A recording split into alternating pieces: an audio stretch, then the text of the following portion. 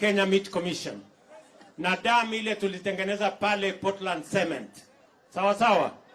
Mimi nataka mjue ya kwamba juzi tume unblock ile shida ilikuwa kule katika Northern Collector Tunnel, na mimi nataka niwatangazie ya kwamba tutawapatia maji ingine lita 5,000 kila siku kutoka Northern Collector Tunnel, na kufikia mwezi wa 5, mwisho ya mwezi wa 5, hiyo pipeline tutakuwa tumejenga imefika hapa, na tutaongeza maji. Watu wa Mavoko, watu wa Mlolongo na watu wa Athi River watakuwa wanapata kila siku.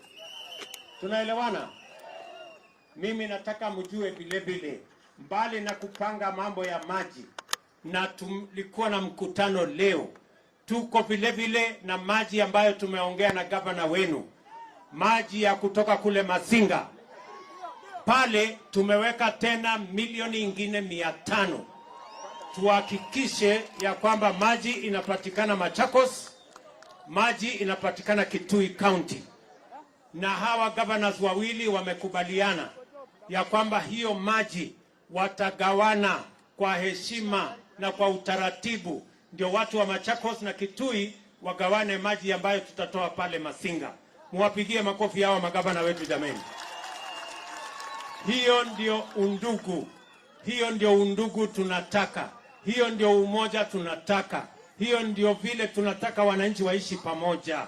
Tunaelewana?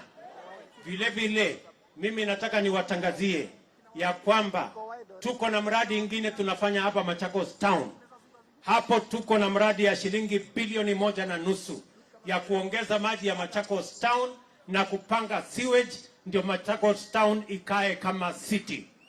Nyinyi mnanielewa? Na hiyo mpango mimi nataka niwahakikishie, tumeongea na viongozi wenu wote, na hiyo mpango tutakamilisha na nitarudi hapa kuifungua rasmi. Vile vile kule Mwala tuko na mpango ingine ya maji ya shilingi milioni 500. Kuna contractor ametusumbua pale, huyo contractor tumemfukuza, tunatafuta contractor mwingine ili tuweze kupata maji ya kutosha Kenya, na tunaanza katika kila county. Vile mumesikia, nimetangaza ya kwamba tutajenga dams, sio ndogo kama hii tuko nayo hapa, dams kubwa 100 tayari.